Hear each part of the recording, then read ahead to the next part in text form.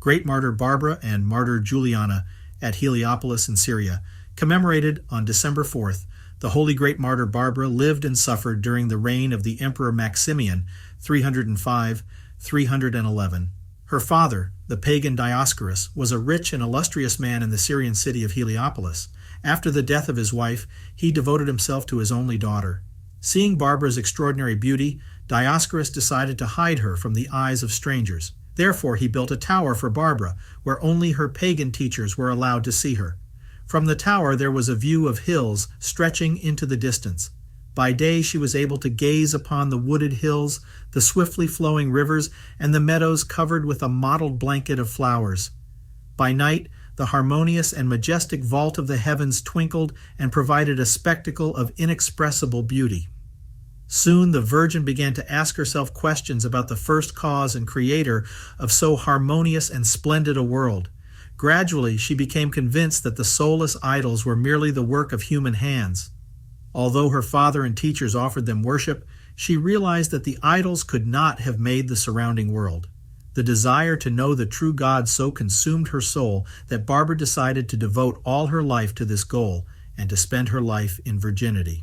The fame of her beauty spread throughout the city, and many sought her hand in marriage. But despite the entreaties of her father, she refused all of them. Barbara warned her father that his persistence might end tragically and separate them forever. Dioscorus decided that the temperament of his daughter had been affected by her life of seclusion. He therefore permitted her to leave the tower and gave her full freedom in her choice of friends and acquaintances. Thus Barbara met young Christian maidens in the city, and they taught her about the Creator of the world, about the Trinity, and about the divine Logos. Through the providence of God, a priest arrived in Heliopolis from Alexandria disguised as a merchant. After instructing her in the mysteries of the Christian faith, he baptized Barbara, then returned to his own country. During this time, a luxurious bathhouse was being built at the house of Dioscorus. By his orders, the workers prepared to put 2 windows on the south side. But Barbara, taking advantage of her father's absence, asked them to make a 3rd window, thereby forming a trinity of light. On one of the walls of the bathhouse, Barbara traced a cross with her finger. The cross was deeply etched into the marble, as if by an iron instrument. Later, her footprints were imprinted on the stone steps of the bathhouse. The water of the bathhouse had great healing power. St. Simeon Metaphrastes, November 9th, compared the bathhouse to the stream of Jordan and the pool of Siloam, because by God's power, many miracles took place there. When Dioscorus returned and expressed dissatisfaction about the change in his building plans, his daughter told him about how she had come to know the triune God, about the saving power of the Son of God, and about the futility of worshiping idols. Dioscorus went into a rage, grabbed a sword, and was on the point of striking her with it.